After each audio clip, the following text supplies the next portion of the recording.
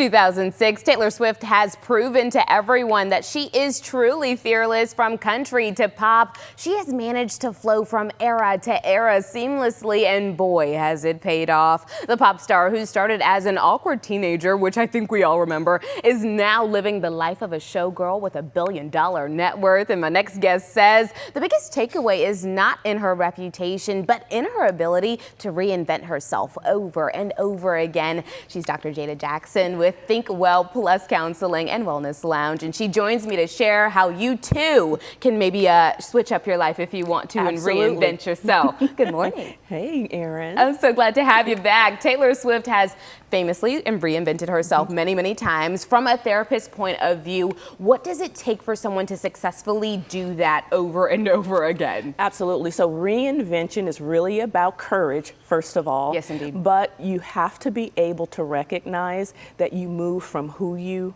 are to who you want to be. And that really takes the ability to change cognitively. So it starts here. Which I think you have to almost like read yourself in a way and determine, okay, what are some things that I now have to let go about myself that maybe I like, but I can't take to the next step. Absolutely. And that's difficult. It's hard. It's very hard. It means letting go of past versions of yourself. Yeah. So why can that be so emotionally difficult for us? Because our brains are always looking for what is comfortable.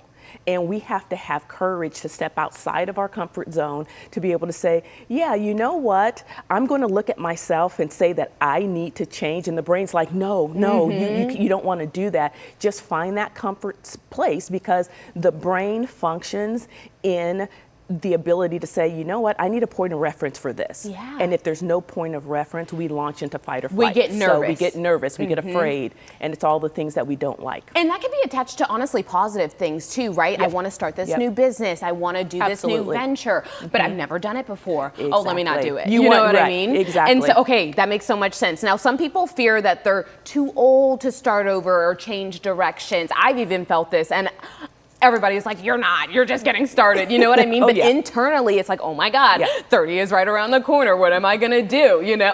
30 is right around the corner. I've got 3 more years. Okay.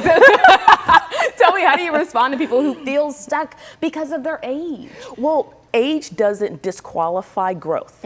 So when you, again, I'm going to go back to the brain, because at the end of the day, one of the things that we get to do is to embrace the growth mindset. So it doesn't matter what age you are, it just matters, do you have the mindset to grow? And which means you step outside of your comfort zone and you do something that, it makes me uncomfortable, but I want to change. I want to do something different. I want to start that business. I want to have that third career nowadays, you know, so there's just so much opportunity no matter what age you are. Yes. Okay. So Taylor Swift's era feels very authentic to where she is in life right now. Life of a showgirl. She's on tour everywhere. She's doing all the things. So how important is authenticity in personal reinvention, and how can someone know if they're actually being true to themselves, or they're trying to push themselves to maybe be somebody else because they saw it on social media, or you know what I mean? Yeah. Well, here's the thing. Reinvention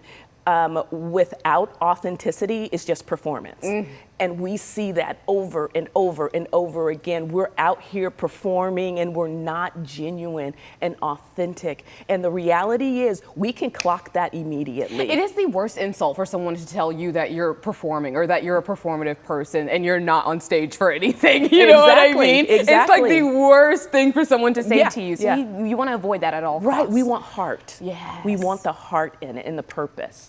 Okay, so tell me, any advice that someone can implement today if they're working on their reinvention? Be true, be authentic, set the boundaries, get a healthy support system around you, people who are going to hold you accountable and who are going to say, hey, you're being fake. We want real life genuineness and authenticity, and it's okay to be uncomfortable. Come on now, get you some real friends and a real circle around you, exactly. right? Or come to therapy. Or come to therapy. Tell them where they can find you. ThinkWellPlus.com. That's ThinkWellPlus.com. Thank you so much, Dr. Jackson. Appreciate you being here. Absolutely.